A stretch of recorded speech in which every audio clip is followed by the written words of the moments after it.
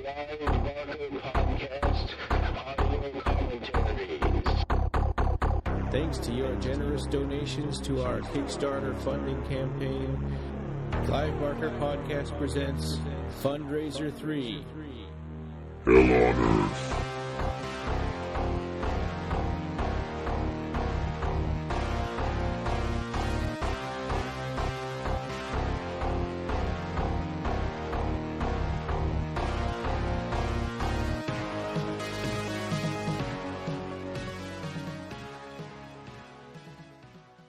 All right, yeah, so here we are. Thanks again. This is the Clive Barker Podcast presents Fundraiser 3, Hell on Earth. We're doing our second goal, which is our first stretch goal, the Rawhead Rex audio commentary. So we've got it all kind of queued up. You should have it paused right before the words Apline Pictures presents. That's right. So I guess, do we do a countdown? Can I do the countdown? Yes, please. Go right ahead. Okay. And so here we go. 3, 2, 1, play. There we go. Apline Pictures presents. Here we go again with Green Man Productions, of course, the same people who did Transmutations, yeah. That classic. Actually, I like the music, and the title here is pretty cool. Yeah, I do. I did too. I really thought that was cool. Did you guys figure out who did the music for this? I think Rob put it in the notes, yeah. Okay. And here's the thing. This was supposed to be... Colin Towns did score. Okay. Oh, there you go. This intro is like the poor man's Shining. It's like the guy's just... Yeah. That's a good point. Yeah. Stanley Kubrick was jealous of this intro.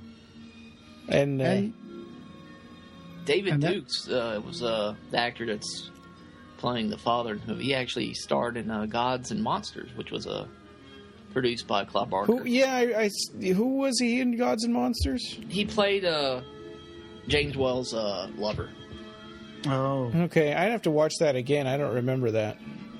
I'm sure he was much older. Yeah, he was. In summary, Ireland in February. And in in the story Rawhead Rex, of course, he was a jerk. He was just one of the tourists encroaching on this rural town, trying to move in, and his family didn't want to be there, and he was like, "Oh, you can go back to the house and take the kids with you, and I'll be back when I'm done." And in the story, the little village was called Zeal, and this one is called Rathmore in Ireland. And you just saw the farmer trying to knock over that Neolithic marker, which I'm just wondering, is that even a thing that people could do, knock down Neolithic markers?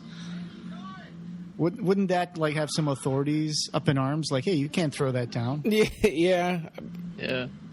Guys like, damn field boners. Yeah.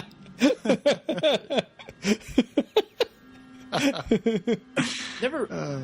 Now on the story, why is he doing? I haven't read the story in a while. Why is he taking? Why are they knocking it, taking it down in the story? Oh, okay. In the story, it's not like a big thing. It's not a big tall piece of rock. It's actually more like a roundish boulder that's closer to the ground, and the guy's just digging around it and trying to get it out because. It was Farmer Garrow, I think. Yeah. And his field, he was complaining that boulder would steal him 3 good square feet of plowable land. So he wanted to add that to his 3-acre lot, and so he was trying to get rid of the boulder. And here we go. So some names appeared, and I think we might have missed that, but John Metcalf was the director of photography. He was also a cinematographer in the movie Extra with Tim Dry, who plays the monster. Yeah. Friend of Barbie Wilde's. Exactly, and member of Shock. Also, John Metcalf did cinematography for Inseminoid and the movie Riders of the Storm with Dennis Hopper, which is a really trippy movie. It seems like the Declan O'Brien doesn't seem to mind that Rawhead is zapping him with his eyes. Yeah. Yeah. And I think it's kind of convenient. Nobody notices this this image of this demon on, the church. It just doesn't make much sense. I'll get you. Nobody knows who Rawhead Rex is. Yeah. Oh, here it comes. Here comes that one of the first good lines in this movie.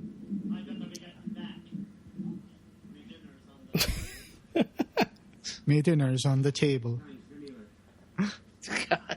Yeah. I like the guy leaning on his shovel. He's the most useful. Oh, yeah, absolutely. So in the actual story, the farmer was trying to get rid of that thing by himself. That's These guys were not involved. Also, Al Burgess is listed as a producer in this movie. Al Burgess, in 1988, he also produced the Jack the Ripper TV series with Michael Caine. So that's cool. That's a good one. I really like that TV show. He also did 8mm Part 2, which if you've seen the first with Nicolas Cage, the second one was pretty bad. I didn't even know that existed, or 8mm 2? Yeah, just like American Psycho 2. Oh, yeah. Yeah. And Paul Gwynn was a producer. He also produced Underworld, and I think that was it.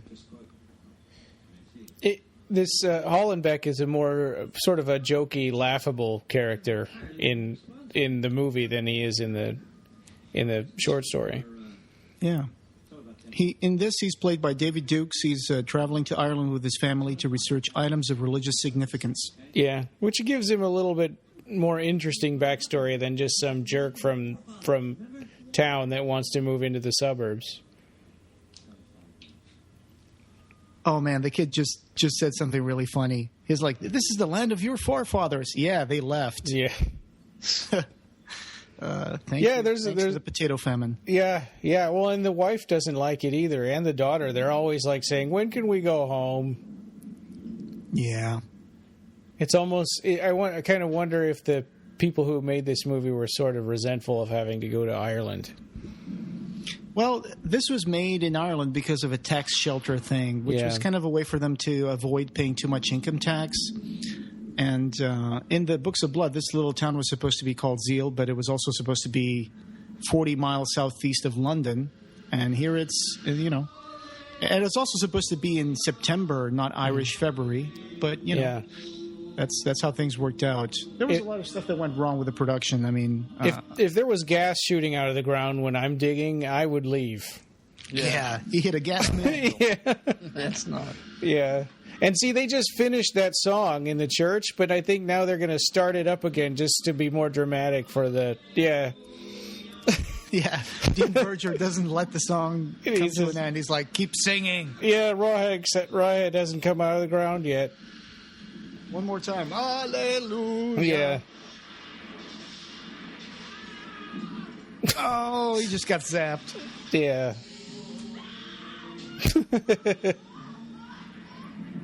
What was that lady doing at the altar when they're singing Hallelujah? Yeah, everybody else was supposed to be in the pews. She's got newspapers up on the altar. Yeah, and why is there a newspaper on the altar? Was the verger reading the news before he started? Or maybe she was reading the news up there. So that's the best scene of Rawhead you're going to get in the whole movie, is him coming up out of the ground. The rest of it, he's really kind of hokey. Originally, they were going to get David Prowse to play. And it was a 17-piece prosthetic suit that would take, was it 7 hours to put on? Yeah. Uh-huh. Instead, they got some local farm boy who never saw what a film camera was, and a one-piece suit that took 15 minutes to put on instead. Yeah, it was. Man, Doug Bradley's jealous of that guy. Yeah. So it kind of makes you wonder. I was thinking about this when I was watching this from preparing. I was thinking about how much of a better movie would this have been if they only switched the monster to something a little cooler. Yeah. They said Clive had drawn some sketches for how he should look, to the effects team, and they were like, "Well, we can't do this. This is anatomically incorrect. It was too expensive."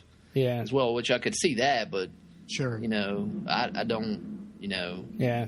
I think they could have done it if they. Well, and they gave him clothes and boots so they wouldn't have to make his feet, and I don't know. It's just kind of.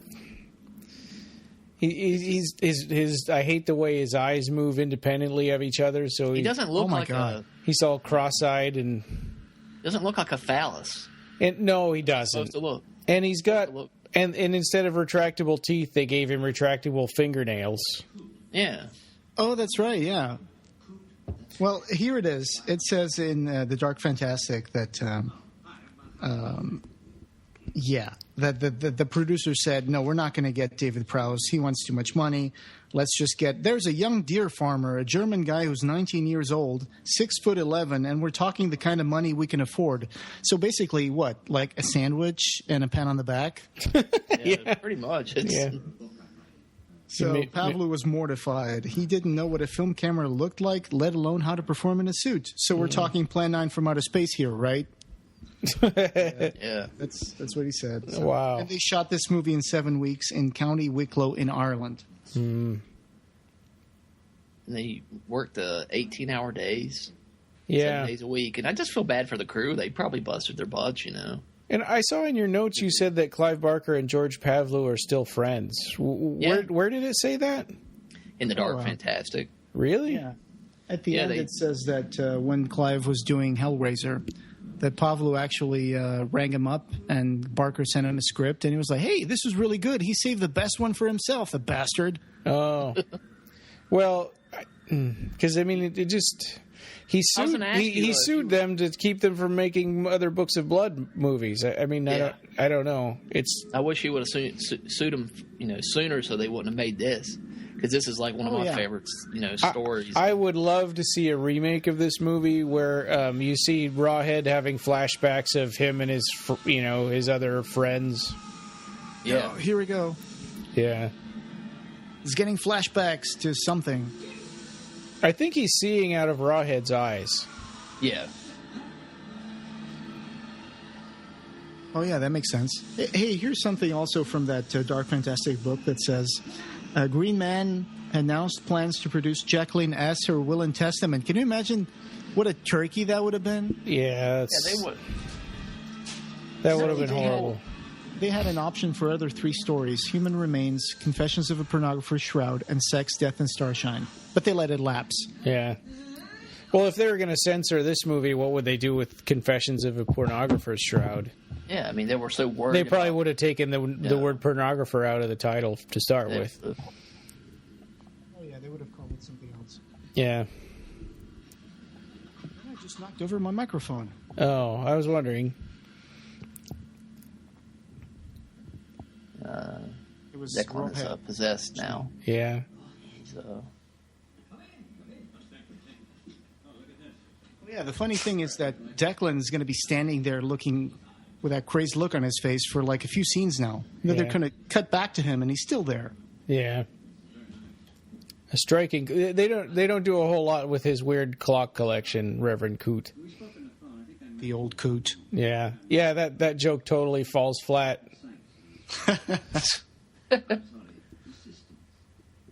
And that scene was from the short story.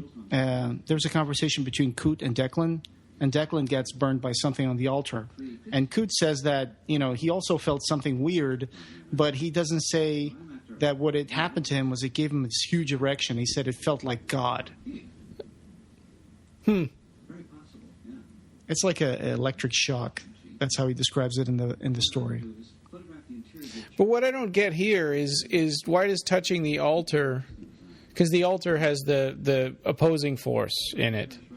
So why in this movie does touching the altar connect him to Rawhead Rex? Well, in the short story, under the altar was actually sculpted like a figure of Rawhead. But here they just went with, hey, it's because Rawhead's, magic eyes are beaming into that point or something. Or the statue is there. Well, the statue the statue wouldn't help him, connect with Rawhead. It just seems like a sort of a misinterpretation, or I don't know.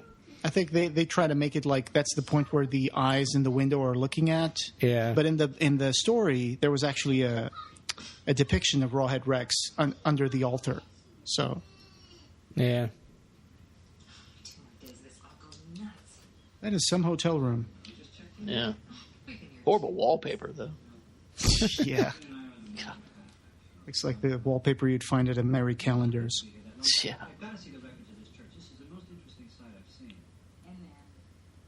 Why is that church so interesting to this guy? It's hard to... I know he's looking for Neolithic places of worship, because of the religious significance. Maybe because of the windows? Could be, yeah. Well, it goes further in the short story because they actually mentioned that there was a bar or a pub in the village that was called the Tall Man, which makes us think that there was still like a folk legend over there about the Tall Man. So yeah, I kind of wish that their sign didn't look like just a tall guy. Yeah. In this movie, they could have made it a little more like Rawhead. Sure.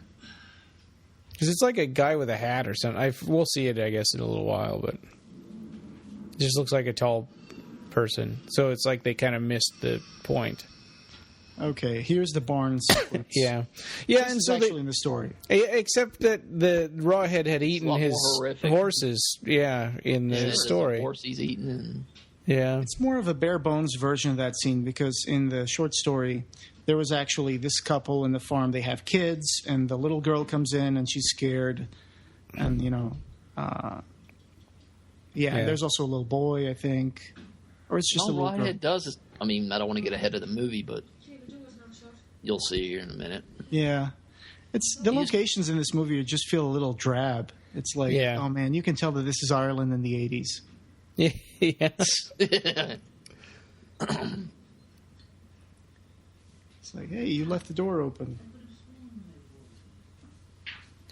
So it's supposed to be the Nicholson farm. Her acting is really weird. I had noticed on the last time I watched it.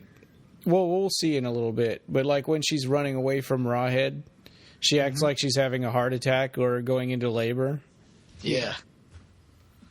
Well, I don't know. I know sometimes pregnant women have a hard time moving around. I don't know. Also, fear can kind of paralyze you a little bit. I think that's what she was going for, like the being like so afraid that you can't even walk right.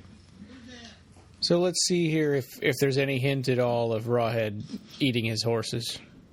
No. No, I don't even... Because why would he even go in the barn in this movie? It doesn't make any... His barn is just full of crap. I know. Why did he go behind those boxes? Yeah. No, crates and... Well, the crates have a very special and important function, which we'll see in a bit. Yeah. Yeah.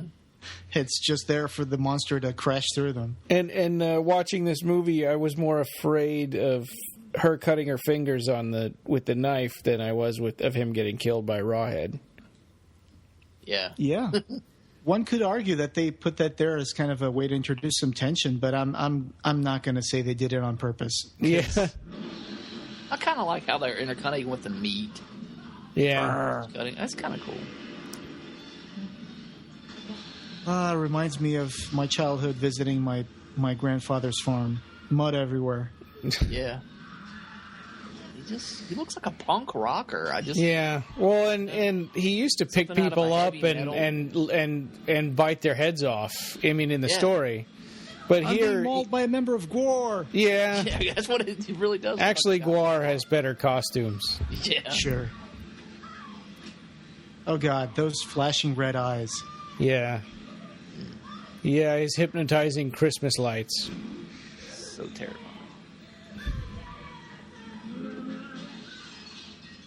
And all he does is come in here. He just... And you can tell that he can't move his head. Mm-hmm. There's times when he's running and he's looking up. Do you know when he's running at somebody and he's looking up in the sky? Sure. He has to move like his shoulders and his torso to look up. Yeah. Kind of like Batman in the first Batman. And here she's kind of, I don't know what she's going for here. It just doesn't, for me, it doesn't really seem, it seems like overacting. Oh, yeah, definitely. It gets worse. Yeah. When they find her later on. Yeah. You know what I'm talking about? Oh, yeah. Yeah.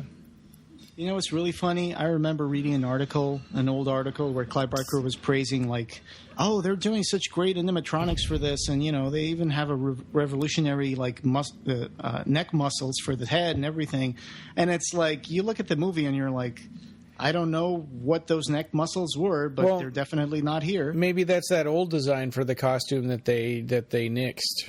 Yeah, it could be. His chest heaves a lot in this movie, almost like his heart is beating out of his chest.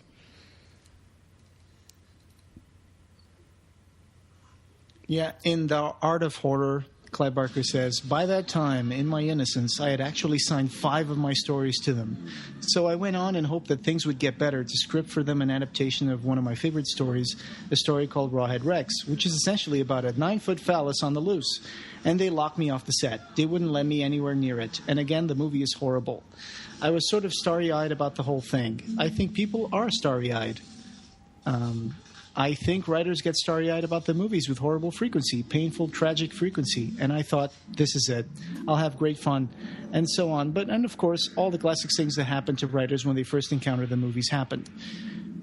Because of both those experiences, I decided that there was no way forward as a screenwriter. I had to make movies for myself if I was going to do it, and it was as direct consequence of those movies that I made Hellraiser. So, yeah, So, in a way, these films kind of served a purpose, I mean... That's very true. It's interesting to think that Clive Barker would have been more qualified to direct this movie than George Pavlou. Oh, yeah. Yeah. Even though he'd never directed a movie before. And you were talking, first I wanted to comment on that, yes, Clive was banned from the set, but the producer, Kevin Attu, was quoted as saying that Clive was always a phone call away when no phone call was ever made. There you go.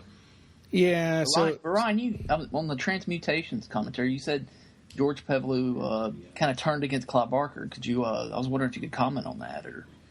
What was the deal with that? Because just that quote that Jose just said, that they had locked him off the set. Yeah. Yeah. Hey, look at this part. It's like the old lady. Excuse me, are you guys making a movie here? Yeah. I'm trying to get home here. Yeah. Yeah, and she could easily have gone around. Yeah. No, because it's her town. Yeah. These are the outsiders. I was on TV Tropes. I don't know if you guys know TV Tropes. It's a fun website. And they have a list of all the different tropes or cinematic tropes or something that movies have. And, they have a page for Rawhead Rex, of course, where it says, one of the tropes is antagonist title. Rawhead is the title antagonist. Oh, look, Declan is still there, standing in the church after all this stuff happened. Yeah. Another trope here is buried alive. The people who defeated Rawhead in the past were too superstitious to finish him off and simply forced him into his tomb, where he has been waiting to be free again for centuries. And you got other movies where this happens, like that one. What's that? That Mario Bava's the Church, I think, where there's like some witches were buried during the Inquisition in some catacomb, and then someone digs them up. That's a tiny amount of blood for what happened there. Black Sunday? No. I think it's either Dario Argento or Mario Bava. I'm trying to remember. It's a color movie. It takes place in this church that gets closed down by evil forces. Yeah, I don't know it. Anyway. So there's the buried alive trope. It's also interesting that this movie had a bigger budget than Hellraiser. Yeah. Well, they told him it was going to be $3 million, but it was really just $2 million. They had lied. Yeah, but Hellraiser was just under $1 million. Yeah. But it seemed like they spent most of the money on trashing campers and stuff. Yeah, explosions and stuff. Yeah. That really... This is that weird scene that you were talking about as well. Like she plays a really creepy scene here. The lady, the farm lady. Yeah. Yeah, and what is that like light happening up there? It's not storming out there, is it? Is it the light? It's a broken lamp or something. Oh, yeah, there we go. Oh, okay. Jen, what happened here? It's like Hey, you want to play charades? 2 words. Yeah. And she just... It's like, yeah, I didn't need an interpretive dance. I just wanted to know what happened. So Clive Barker said about this movie, it was a really rotten experience for me, but it was a useful rotten experience. It was enough to make me realize that it was not that difficult. If these guys can do it, anyone can do it. Yeah. It's Clive Barker and the Dark Fantastic. Yeah. Clive surrounded himself with some good people, unlike, George Pavlou. He didn't get people that understood horror, and Christopher Figg, who produced Hellraiser, loved that kind of stuff. Yeah. You have to find people that love this kind of stuff. But this movie had some good people working on it. For example, the art director, Len Huntingford, he was also art director for Underworld. And then he went on to be an art department guy for Chariots of Fire, which is a huge movie, I guess, and Shock Treatment. There you go. Here's the police. I don't think Conroy knows what hit him. Yeah. The other thing that they don't, just looking at Gissing, Inspector Gissing, they don't sell very well Rawhead's ability to hypnotize people with his googly eyes. Yeah, that's right. There's a part at the end that I guess better off waiting until that point. But there's a part in the end where I'm like, where does that come from? It comes out of nowhere. Yeah, and I think there's a lot of stuff that happens in here that we sort of accept because we've read the short story. But if somebody were to watch this movie without having read Rawhead Rex, there's a lot of nonsense in this movie. Yeah. That's a good word, nonsense, for this movie. I would have liked to have seen the movie done with more from Rawhead's perspective, like it was in the story. Yeah. And his flashbacks, maybe he won't have monologue, but he could have visual flashbacks of of things happening. Sure. In the past. Yeah. It's not that the movie is technically bad, although sometimes the directing is a little weird. But yeah. And here, this part, for example, this doesn't make any sense. Why the heck is this guy going out for a walk in the middle of the cold? So he can sleep better. Why don't you just get under the covers? Yeah, and they're making a big thing about it, and it's obviously just a plot. It's just to move the plot forward so he can see Rawhead. So he can see Rawhead Rex. Yeah. I forgot if in the actual short story he has any special reason to be out, but yeah. I can't remember. So he's on vacation. His wife has spent I don't know how long in the mirror getting pretty, and then he goes like, all right, you know what? I'm going to take a walk in the cold. Yeah.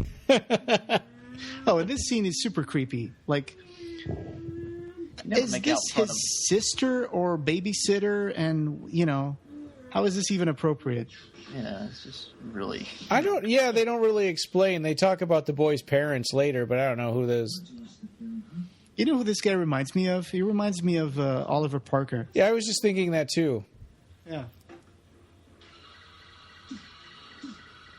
If you notice in the movie, they're watching Transmutations. The shootout scene. Yeah. And he's seen it already. Yeah. So this part goes without saying. None of this trailer park writing has anything to do with the actual short story. Yeah. This is not even in the short story. No, absolutely not. This is totally made up. I think they should have saved a couple of these trailers and you spent the money on Rawhead's costume instead. Yeah.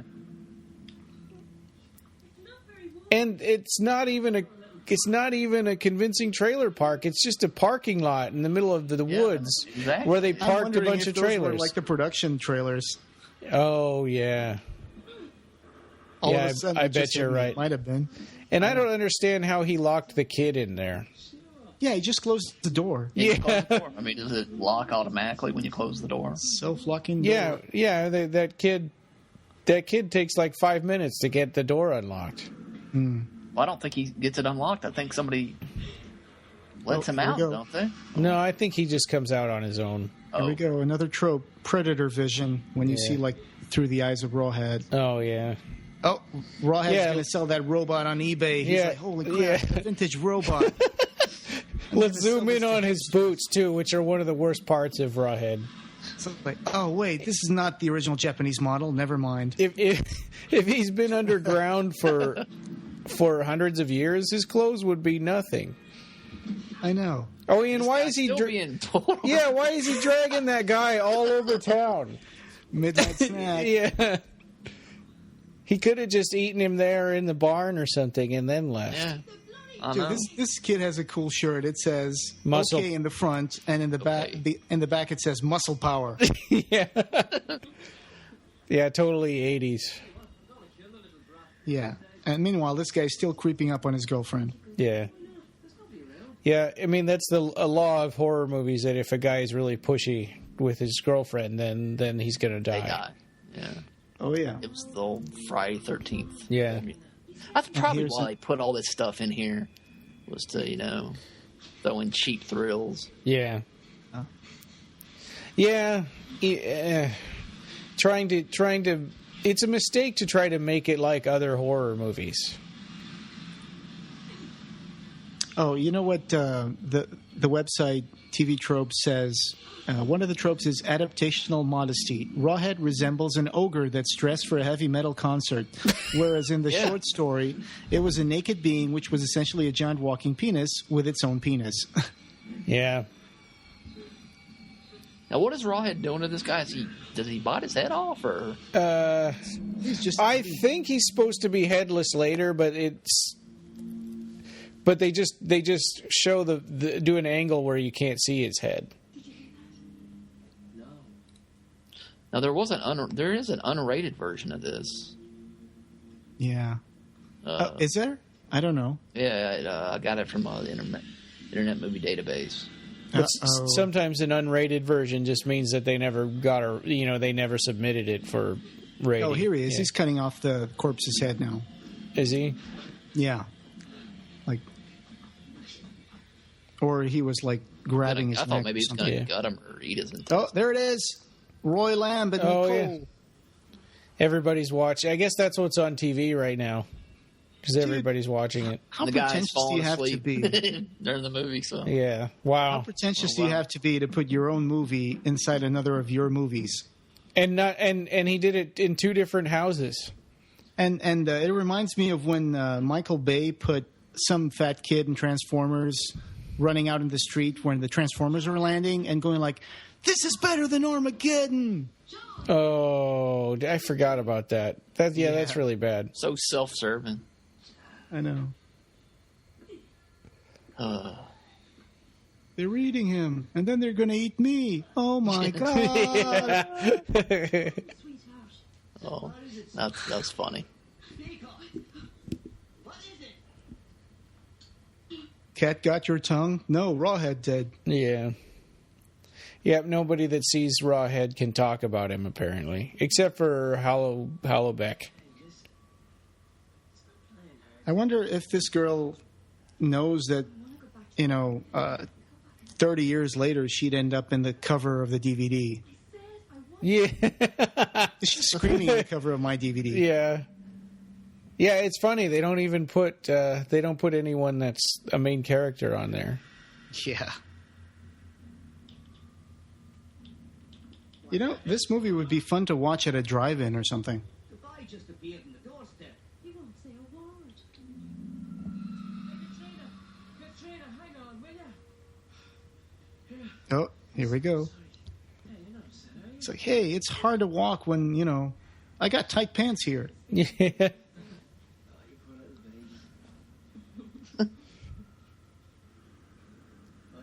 If she is supposed to be his babysitter, she's doing a terrible job. Oh, yeah. I think it's just a big sister or something. Yeah, maybe. There it So is. his Funny shirt's shot. hanging down, covering up where his head would be. I'm assuming that means he's supposed to be headless.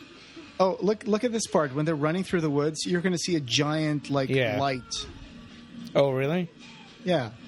What, actual, production light? Oh, yeah, I think I just saw it. Yeah. Oh, there it is.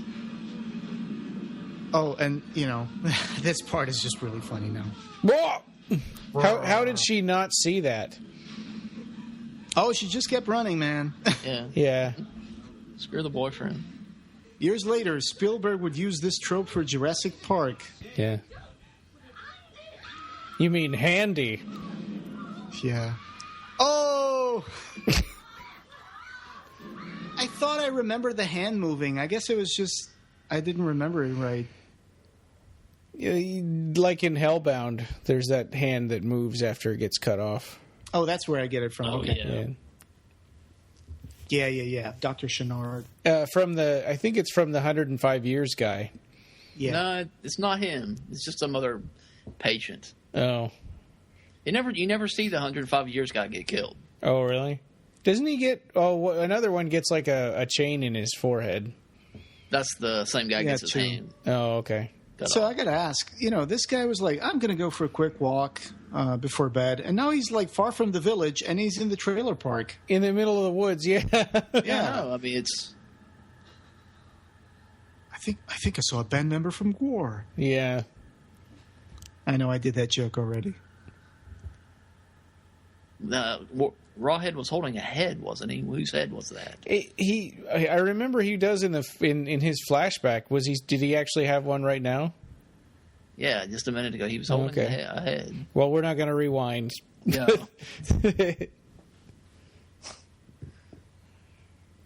Yeah, like all this part here of the trailer park, it's like, except for the part where the guy goes out and sees Rawhead on the top of the hill. That part's in the story, but all this stuff is like totally not part of the story. Well, and he comes back to the trailer park. Yeah.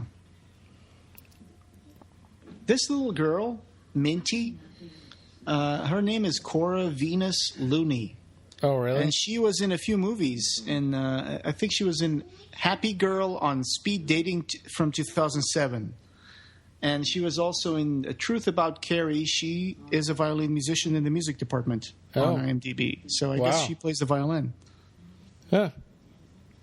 But that was really funny. The little girl was like, was there blood everywhere? Yeah. That's cute. She's going to grow up to love horror movies for sure. Yeah, she's probably about 4. She looks like she's Joey's age. Yeah. Someone fetch the police. I'll go back and check. That's one thing you got to give him credit for. At least when that guy says, I'll go back and check, he doesn't get killed. Not the Johnson boy. Yeah. That's like a rule of horror films. Yeah, if you go off by yourself, you're going to die. So when they ask, is that the Johnson boy? Are they talking about the farmer? Because at that point... I'm confused on that. No, I think they were talking about Andy. Now that's the... Yeah, they're talking about Andy. You mean Handy? Yeah, Handy. They're talking about Handy Johnson. Okay. Now was that the head Rawhead was holding? Was that the boy, the cheap boyfriend who just wanted to get laid? Yes. Yeah, it could have been. Yeah, he had I think a blue it was. shirt, right? I think. Yeah. Because they found the other guy hanging up that was the farmer that he dragged all over town, and that's Andy's head. Yeah. So... There he is. Yeah. Now he's holding the head. To nobody. I mean, he's just doing that. So he doesn't tell his family about seeing that. He just tells the police. Yeah, I guess he didn't want... His family doesn't seem like they're happy to be there. Yeah. Like, yeah. I'm just going to not tell them that. And it's been like 2 days before anybody notices that he's dead. In the story, it's much gorier when they find him. Like the birds have been pecking at his legs. Yeah, and he was driven into the hole upside down. Yeah. He inverted his enemies. This is number 3. Then after 48 hours of having dinner, they came back. Yeah. There's that guy. Yeah, there's 2 guys again. Morning. Excuse me.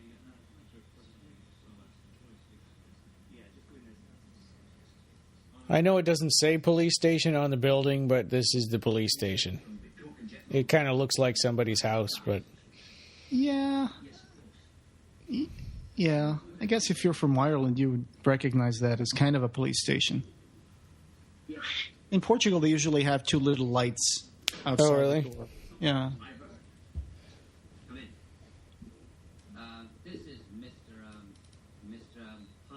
So more stuff. This police station was kind of worthless, if you ask me. Or these, this police department, I didn't care for. Yeah, they just spend time like talking on the phone instead of actually doing like field work. Or like he comes in one scene later on and grabs a newspaper out of a guy's hand and throws it on the table. Yeah. I beg your pardon? At least, I don't think it was. So here's another quote from Clive Barker that he said to Daniel Schweiger in Fangoria number 117, October 1992. He said, "I don't have a problem when people take liberties with my stuff. Books and movies are two different media, and I've even changed my own material with Hellraiser and Nightbreed. Yet adaptations like Rawhead Rex were deeply disappointing because the filmmakers didn't give a shit about the story's underlying psychology. They just wanted to make a monster movie." Yeah. It's like, can you believe this guy? I know. But I saw it. It's like, look, Yank, we're not talking about Bigfoot here. This is Ireland. No. I was in a road. It was up a field. Cattle, then. You saw cattle. Oh, I know what cattle look like, for Christ's sake. Darkness can be deceptive. Cattle? Yeah, he mistook a cow for Rawhead. I saw something. I knew what it was. But it was there. It's out there right now.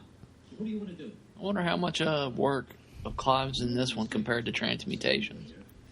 The script kept changing every day. He said it's pretty much the same. The script stayed pretty much the same. He just blamed it on bad directing. Yeah, we couldn't find a script for this on the internet. Yeah. But you know that part where he was saying, that thing was out there. What are you going to do about it? And he's like, well, you can give the statement to the officer. He's like, I'm just getting out of here. And I'm like, what did he expect? Did he expect like the Irish inspector to be like, all right, let's start a posse, Sons of the Free in action? Yeah, I mean, they're already trying to catch whoever it is, whether it's a giant monster or not. Maybe they're not like doing he wanted them to start a posse and go hunt whatever it is. Yeah, and right now he's got. I mean, he just is saying he saw something. He doesn't. He's not. Doesn't have any personal investment in it. Right. So I guess his point was. Yeah, go ahead. Why doesn't Reverend Coote notice that Declan O'Brien took his collar off? Yeah, it looks like he's naked under his. He has no clothes on. And without his collar, that's like the symbol of him being a member of the priesthood, right? I mean, he should say, hey, put that back on. What are you doing? Yeah. You work for me. Go home if you're going to be like that. Sure. But a verger, I don't think he's not like ordained or anything. Like he's just like a normal person, right? Anybody can be a verger, I think. No. I think the stained glass is pretty cool. It is. Yeah, it is. Whoever designed it did a great job. Yeah. Man, I've seen a lot of wonderful stained glass in Germany. Oh, I bet. Yeah, in those like old cathedrals. Mm. Yeah, we have a cathedral here in Asheville, downtown Asheville, and it's a Catholic church, and the stained glass there is pretty impressive. So it says here that the film was given a limited release theatrically in the United States by Empire Pictures in 1987, and it was later released on VHS by Vestron Video that same year. The DVD I have is from Prism. I think it was released in July 29, 2003.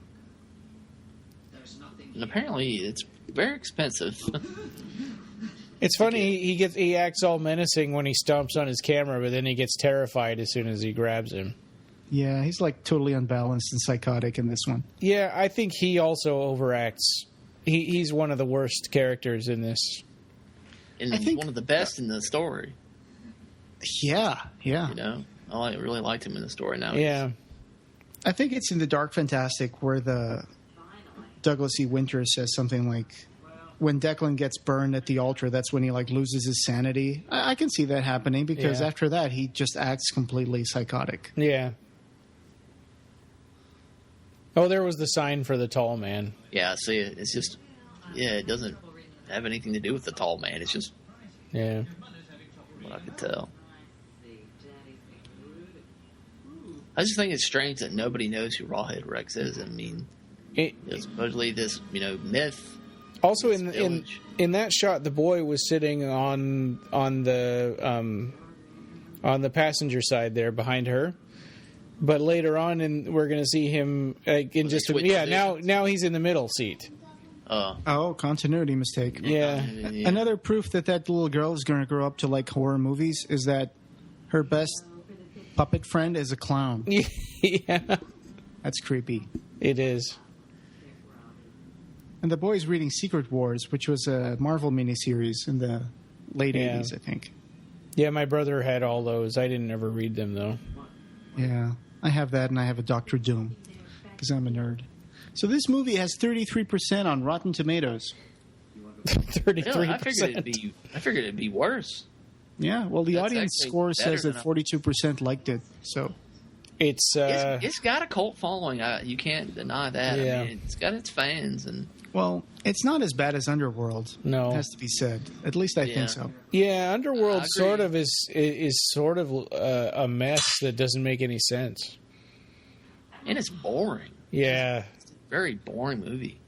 That's the creepiest scarecrow I've ever seen in my life. And it does look like Rawhead with his back turned. It does. turned. When I first saw it, I thought it was Rawhead. Yeah. And I was gone when they got back. Yeah, and when I watched it last night, I was thinking, so when they pull back up again, is that scarecrow going to be gone? But no, it's still there, and it is really a scarecrow. I couldn't remember. Oh, in the short story, the family that gets their kid eaten in the road is not the same as our main protagonist. In this movie, they're the same. And they also skip that part with the other business guy who's like being driven to London, and then the car crashes and Rawhead like castrates him with his hands. Yeah. That part's not in the movie. No, he just googly eyes him until he's hypnotized. Yeah. Some of the changes to the story were based on just not enough money and moral decisions. Oh, and here's good police work. I'm sorry. Go ahead.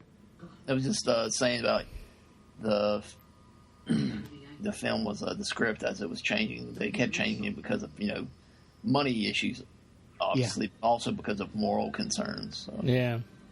And then they make that scene in the trailer park where a girl gets her blouse ripped off. Yeah. And they leave in the scene with the verge of being baptized by Rawhead, so I wonder what moral concerns they had.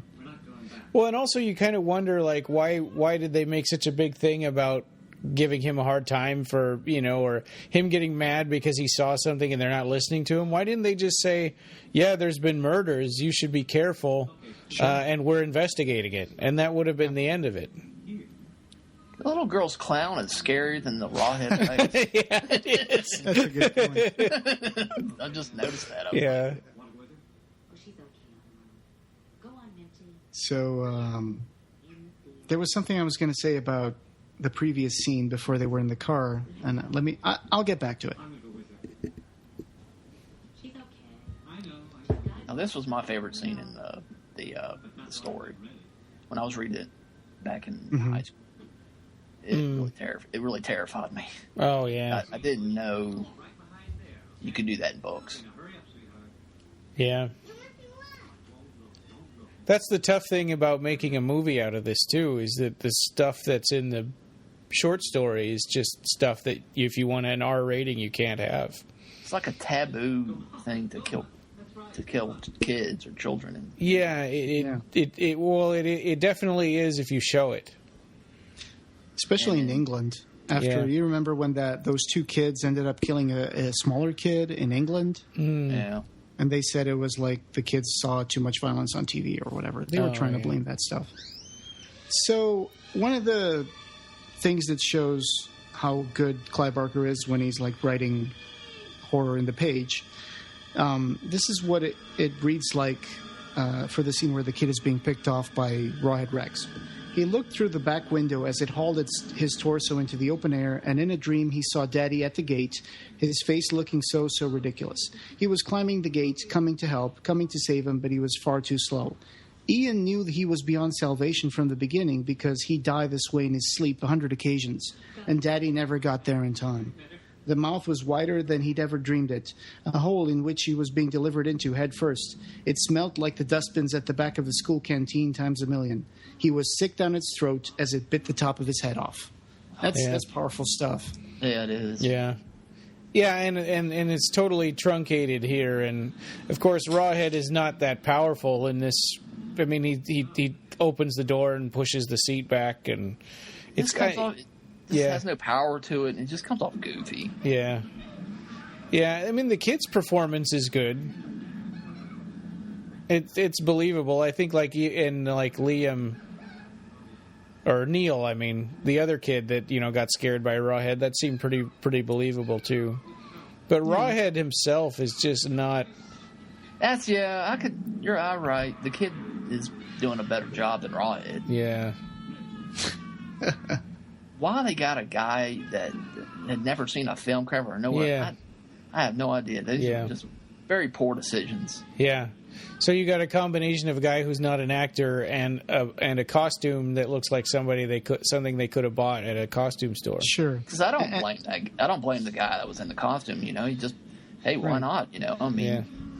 Play a monster. Yeah. And this scene, the way it was directed, I have a complaint about it, which is it doesn't even look. It just looks like Rawhead opens the door to the car and then disappears with his kid completely. Yeah. Because they could have introduced maybe an intercut of Rawhead running into the woods or something, or him seeing Rawhead in the distance, going really fast with holding the kid. But they just disappears, and they just have a shot of him running through the woods, and then the camera just pans to the other side for no reason, and it's is it trying to tell us that he went that way or what? It's weird. Yeah, and Rawhead doesn't move that fast, so it's not very believable that he just disappeared like that. Exactly. At least this Rawhead doesn't move that fast. It's just a lumbering monster. And then we just missed that joke that seems like it's in really poor taste, where they're like, is there any connection between the murders? And he said, yeah, they're all dead. Oh. No police would say that in a press conference. Yeah, and especially with Hollenbeck right there, I don't know, it just is. Except look at those. Those are some great drawings of Rawhead. Yeah. Showed. Yeah, which is still another scene. I remember that was a scene I wanted to come back to. The one where they say, oh, the kid isn't talking yet, but they gave him some paper for him to get entertained, and he made some drawings. He drew this, and they slap it on the desk, and I'm like, so what? That's not proof. I mean, it's a police officer. You can't use a kid's monster drawings to say that he saw a monster. I used to draw stuff like that all the time. Yeah. Put an ABP on this scary face. He does sell the my scene son when is dead. He says, "You have no idea how I feel." I thought he does a good job here. I used to think that was really bad overacting, but I kind of changed my mind a little bit about that last night when I watched it again. Yeah, he's just a little too bland as a character. Yeah. Do not pass go. Do not collect $200. Yeah. If you played Monopoly with Rawhead Rex, he would eat all the hotels. I also liked they don't show it in the movie, but in the story, Rawhead, he takes the little boy and continues to feast on him. Yeah. Yeah. It's a really nice scene, and it's not. It's under the moonlight, and he's he eats the kid's liver. It's just and really brutal and feels really powerful and beautiful. And he's doing it. And in this movie, it's not even clear that he's killing these people to eat them. And that's the whole. Right. When I was listening to y'all's podcast, because I got some notes from your podcast to put on there that he's all testosterone. He's misogynistic evil. Oh, misogynistic, yeah. Yeah, misogynistic, evil. Yeah. And he and his brothers would grab human women and rape them, and then they would die giving birth to their sons. And child meat is the best of Rawhead. That's really his favorite. What he likes to eat. Yeah, so there's a lot of I guess dumbing this down, or it's not censorship, but it's whitewashing. It's terribly dumbed down. Yeah. In the story, you get to listen to a little bit of the internal monologue of Rawhead Rex. It's not like a voice that has conscience, but it's like more like they tell you what he's thinking about. Yeah. And I think that would be perfect for a movie, and it's kind of a shame that was left out. But I mean, it's horrible monster. I think that this would be the perfect movie to remake. I would love that way more than a Hellraiser remake. Sure. I would love. I think the perfect director for it would be Neil Marshall, who did Dog Soldiers and The Descent. Oh yeah. And because he gets that kind of stuff. So the Eclipse graphic novel that came out in 1991 that adapted this was adapted by Steve Niles, who, other people who 30 know Days of Night. Yeah, exactly, and other stuff. He's in the same group of people like Neil Gaiman and all that. And the artist that drew this is Les Edwards. Les Edwards also did that poster for Nightbreed, right? Exactly. Yes. Yeah. And he did some covers for some of Clive Barker's books, I think. And his drawings of Rawhead were perfect. Oh God! Yeah. They were exactly how I imagined Rawhead in reading the short story, and I even drew something kind of like that, except not as good. Sure. When I was in high school, reading that for the first time. Yeah. Oh, the part where this guy's like putting together the puzzle of the stained glass is really funny. He's pointing to the other things like, look, one of these things is not like the others. Yeah. And it's obvious because all the other things are like oval in shape and they're lying down, and that's the only thing that's standing out. And Reverend Coot is like, oh, I've been here for 30 years and I never figured that out.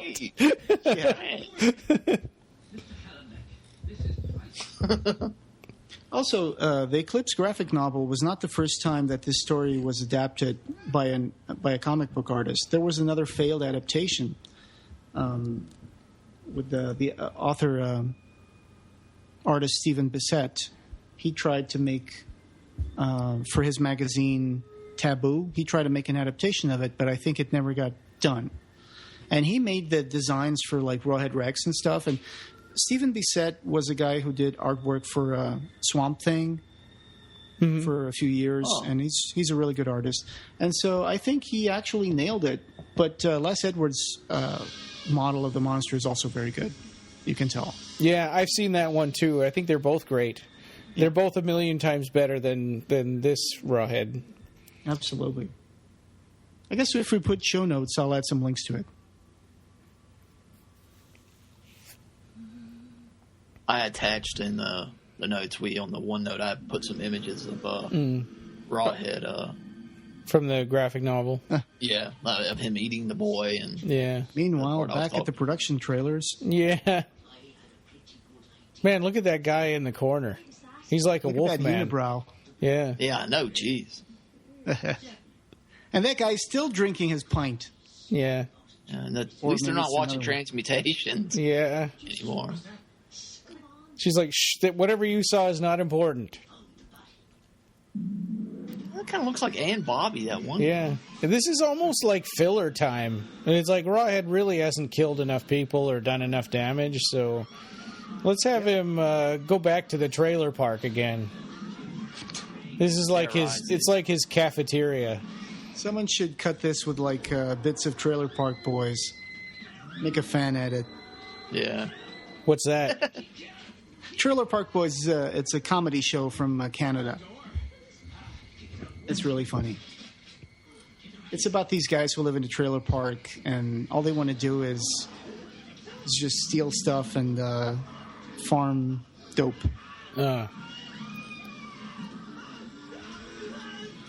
Yeah, this is like the rampaging monster trope right here. Yeah. And the way the way he's eating people is so unconvincing because it's like, well, okay, that guy doesn't even have chunks taken out of him. He's just bloody. Yeah. And then he drops him and is like, no, I'm going to eat somebody else, but not really eat them. Look You know, that. it says here in the Wikipedia page that in a 2010 interview with Ain't It Cool News, And this is gratuitous, Barker discussed of a possible remake of the film in 2010. I don't remember it. Yeah. Oh, there we go. Yeah, graphic nudity. I totally Yeah. forgot about that. Is that Peter Jackson? No, I don't think so. No, I'm just... Yeah, it just looked like Peter Jackson. I'm the only guy with a gun here. This is England. Yeah, and he managed to hit that. It's crazy that he managed to hit that. Oh, look at that. He's running, but he's like, his face is like looking up. It's Yeah. No, there's no... that's so bad. He's running blind, obviously. Yeah. Hell on earth, hell on earth. Yeah. It says, the Wikipedia article I was reading says, he talked of a Tortured Souls adaptation as well as a remake of Rawhead Rex. 2010. I got to hunt this interview down. Well, I wonder if that's still sort of been going on behind the scenes. I hope so. That would be nice. Of course, back in 2010, they would have been probably talking about it with, what's his name? You know, the guy that did Dread and was going to do Pig's Blood Blues. Lassie? Yeah, de Blasi. He was going to do Pig's Blood Blues also, and then that got shut down. Yeah. Oh, I found the interview. Huh. I'll add that to show notes. You know what? You guys should just set up a camper here, too, because he's probably going to come back. Yeah. Why didn't they bring ambulances there the first time? Yeah. Polaroids. Hey, remember those? Yeah. Yeah, jeez.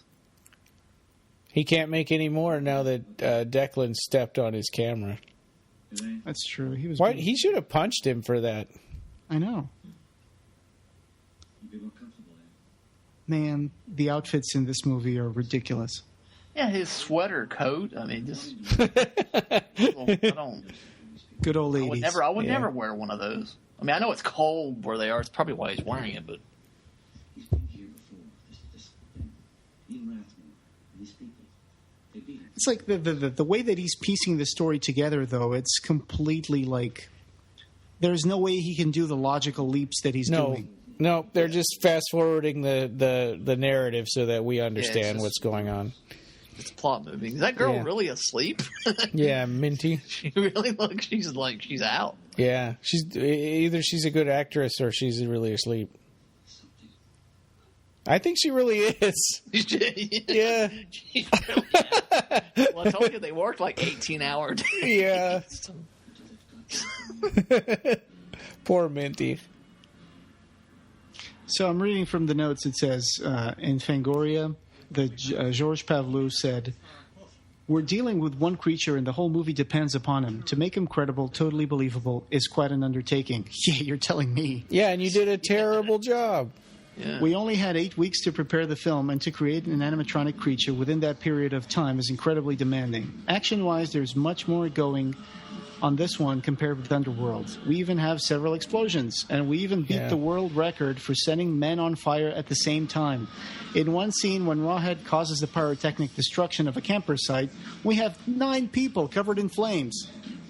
Okay. Yeah, well, they didn't cover it very well with the cameras then. No, I only saw one guy. Yeah, and it wasn't Rawhead that blew up the trailer park. It was that guy with the gun. The gun. Here's the hypnotic eyes.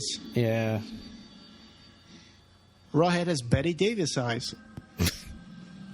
Now in the story, this You're is welcome, the guy folks. that got castrated. Yeah, right. Very important that I talk to Mr. Hallenbeck. You already So- made your feelings perfectly clear. Inspector will This guy's taken over the police station. He's become the This the cop new looks chief. like he's been dubbed, doesn't he? It's He like probably his voice is. is not. It's like his voice doesn't have the degree of emotion that his face has. Yeah. Maybe he was a bad actor or something. Yeah. Maybe he was Irish. Yes. I'm joking. That's true. Yeah. So it says here the locations used were a few miles outside of Dublin in County Wicklow. Huh. Somewhere where near Star Wars, it was filmed. Really? Cool. Yeah, the film's budget was $3 million, and pre-production took place at EMI Elstree Studios, where Star Wars had been filmed. Maybe we'll see Ewok in there. So, yeah. Wicket. Yeah. With blinking eyes now. Oh, the baptism scene, I think, is coming. Rawhead's trying really hard to look down. It's like that old thing about dogs can't look up, but except they can. Yeah.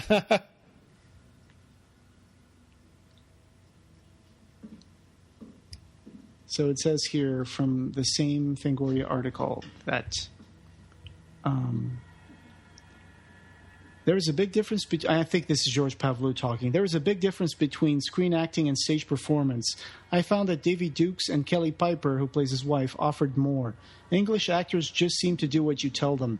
On Underworld, several actors didn't ask questions about what was happening, whereas David and Kelly questioned everything, discussed ideas, and seemed to rationalize their motivations more. British actors do. All performers do. But I think they tend to internalize the processes involved.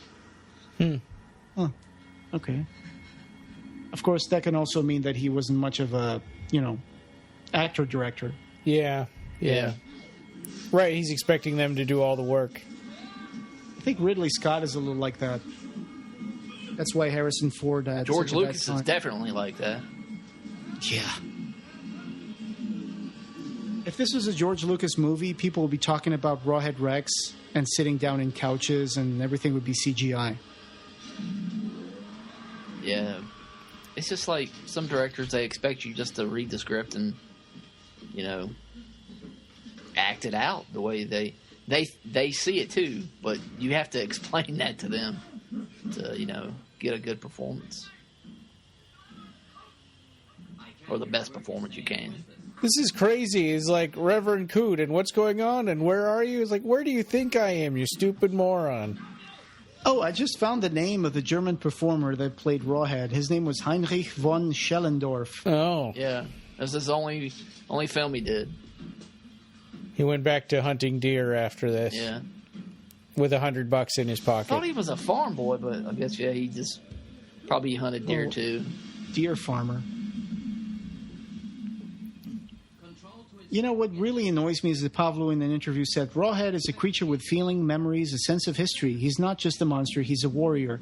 Too bad he didn't make that thing come across in the movie. Yeah. Oh, and here's a painting of Jesus. And for a moment there, I thought that this was going to do the same thing that it does in the short story. But I guess that's one of the moral concerns they had. Also, that whole thing about his, he's getting interested in what cars were, and he figured out if he cut their fuel tanks, he could bleed these steel beasts and set fire to their blood, and it would, cause havoc, and he got too close to it in his enthusiasm and half blinded himself. Here's the verger Declan. That part where he says, God, ha ha ha, that is God. Yeah, it's like, that is so over the top. Yeah. Civilization, he was king here. Kneel before Zod. Yeah.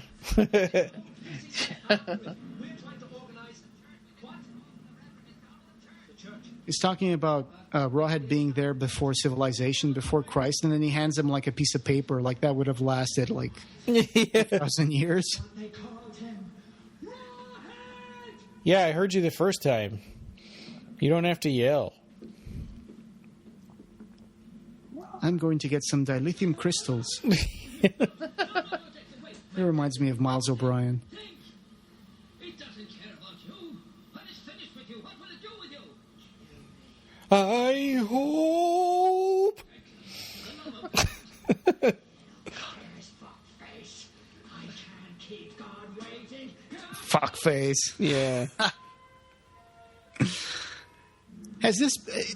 we haven't seen the baptism scene yet, right? Yeah, we just... Yeah. Oh, okay, yeah, okay. Yeah, I mean, Sorry, he should have said, by the way, you really stink. Yeah. You smell piss, my friend. He wants me to take it apart piece by piece. There should be like a priest with a molten crucifix in his hand cowering in the corner. That was a reference to Hellraiser 3. Oh, yeah.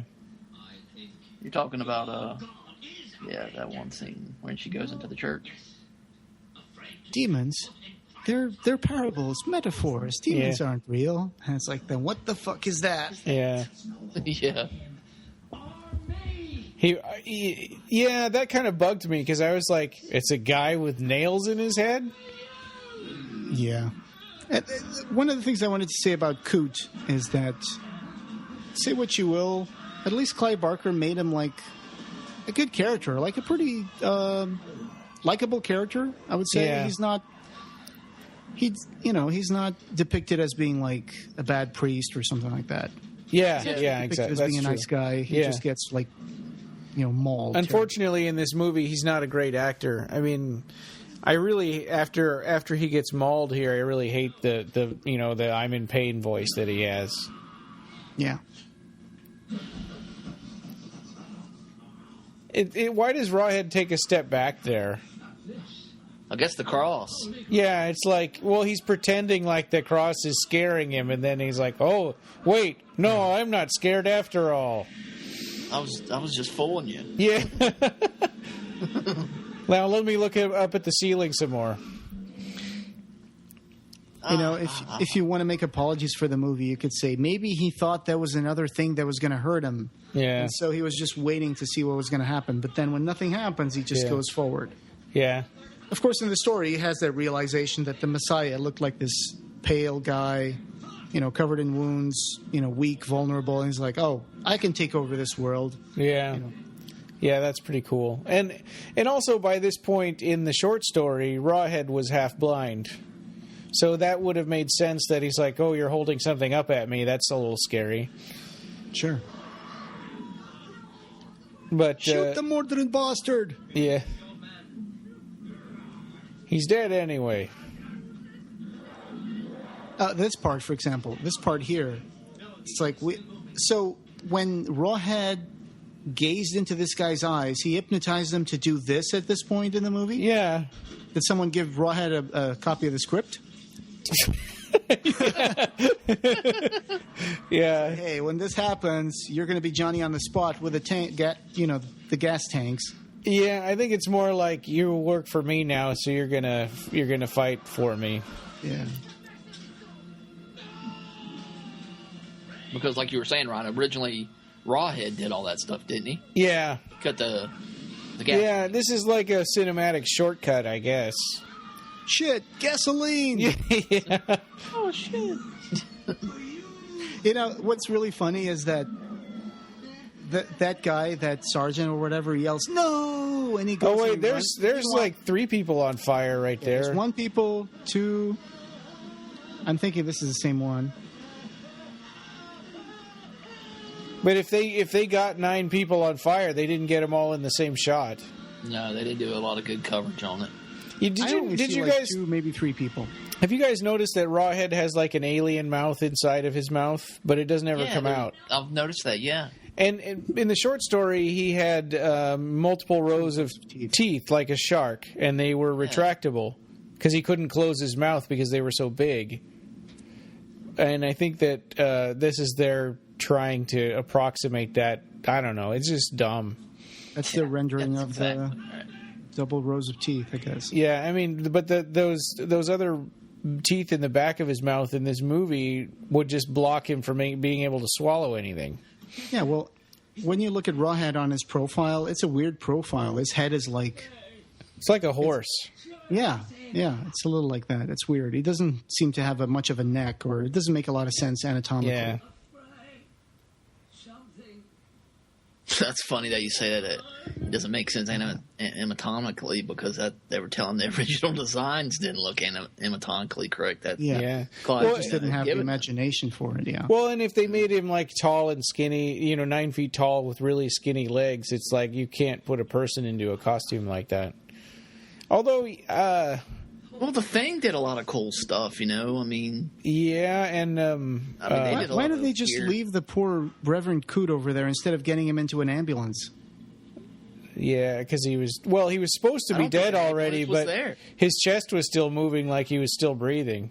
Yeah, he was just talking. Yeah, and that one was taking a wreck at the church. There's a werewolf movie that had really tall werewolves, and I'm trying to think of what it is from like 1980. The Howling. The Howling, yeah, and they had tall, skinny legs. Yeah. Of course, you didn't see them walking, but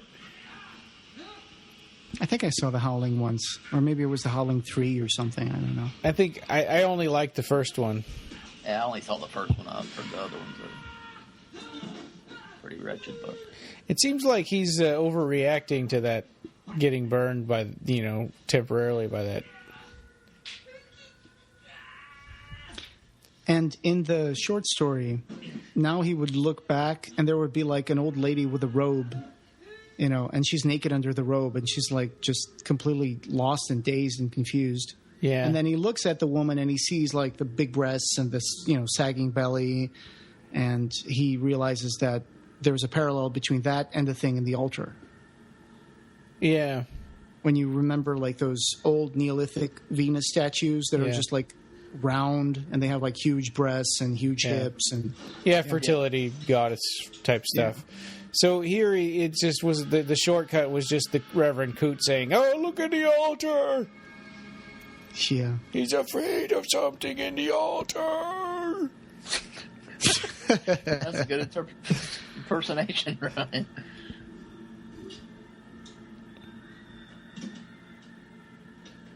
And just the ending is a complete mess in this movie. Yeah.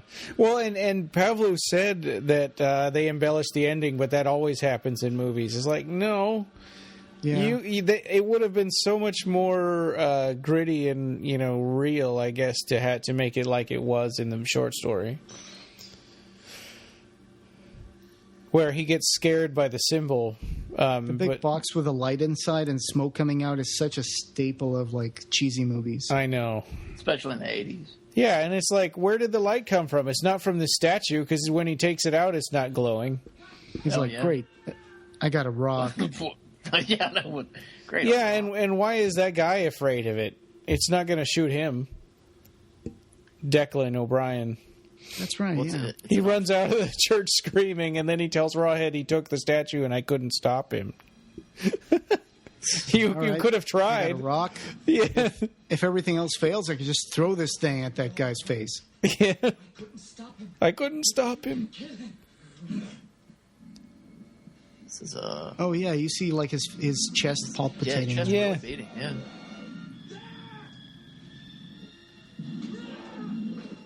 I'm surprised that Rawhead didn't kill him when he said, I tried to stop him, but I couldn't. Let's do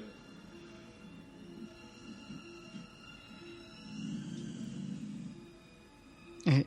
Yeah, and this part here is like, if by embellishing, Georges Pavlou means that they scrawled all over the movie with like markers to make like special effects. Yeah.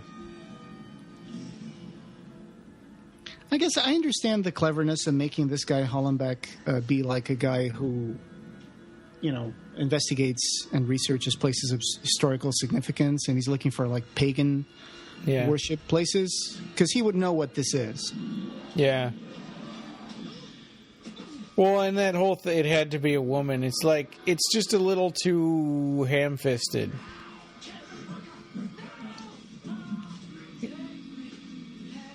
It's like, I've had enough of your crap. Yeah. This is actually one of the gorier moments in the movie. Yeah. Where it's just nice and splatter gore. Yeah. It's like he's a woman kissing. Yeah, and so when he gets burned on his face by a book, he screams like it's the worst thing in the world. But then when he gets his throat ripped out, he's like, "Yay!" Well, because he wanted He wanted to. When Coot says, "What do you think he's going to do with you after he's done? He's going to kill you," and he's like, "I hope, kill me, I hope." And of course, his wife has to appear out of nowhere. Yeah. Where is Minty? Yeah, I know you brought that up. Yeah, that's a good point. I guess she ran away with a little Yeah. creepy clown. Or she's sleeping in the police station. She's going to wake Yeah. up. Where's my mom? She was- And there was no explanation about why she showed up here. Yeah, no, there was no build-up to it. Yeah. You know, the shows funny up. thing is, they make Rawhead have retractable claws, but his retractable claws don't really make them any dramatically bigger. It's just like half an inch bigger. Yeah, you think they'd So- be... Yeah. Here it is. Yay, it had to be a woman. It's like, Yeah. this is such an empowering moment, and then it's not going to last. It looks like the quickening from the Highlander films. Yeah, it does. The effects. Mm-hmm. Looks like someone was flashing a flashlight onto, like, crumpled foil. There can be only one. I know his name. And this should be like someone should dub into this movie. What was the name of that character from? It's like, I got something to say. It's better to burn it out than to fade away. Yeah. Kurgan. The Kurgan. Kurgan, yeah. Yeah. This guy reminds me of Kurgan. Don't get too happy. Your son's still dead. Yeah. Yeah. Those eyes. There's those eyes again. So is that like supposed to be like a goddess coming out of the stone or something? These special effects are just ridiculous. I mean, Well, yeah. You know what's ridiculous is Rawhead's performance there. He's like, I'm just gonna wave my arms. Yeah, he's like half gorilla. Yeah. Oh, and do you hear the sparks are making ricochet noises? I think they use the same sound library from Underworld. Yeah. Pew pew. Yeah. I mean, what is all this stuff? I mean, power from that thing, but I mean, just why is it? guys. Why is he going around looking at everything? I want to check out all these graves, and then we're gonna go around Hollenbeck for a little while. Maybe they can't see. Yeah, they're blind, so they just have to go around until they figure out where he is. And it's just lucky that he happened to fall on top of this hollow grave. Sparklers. Yeah. Sparklers, fireworks. You're turning me into a worn-out version of my costume. It's like they're turning him into like old TV static. Yeah, and him hitting Rawhead with the shovel really doesn't do anything in this. Yeah, it's like his wife is being the hero, but he has to come in and he has to be the one to give the death blow. Yeah, and it seems like that's only in there because that was in the short story. So it's like, well, we got to have people hitting him with the shovels, but it doesn't make sense anymore. Good riddance, Rawhead. Yeah.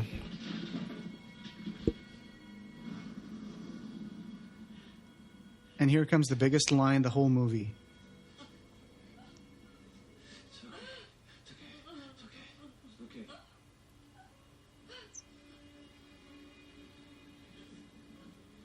It's okay. It's all over.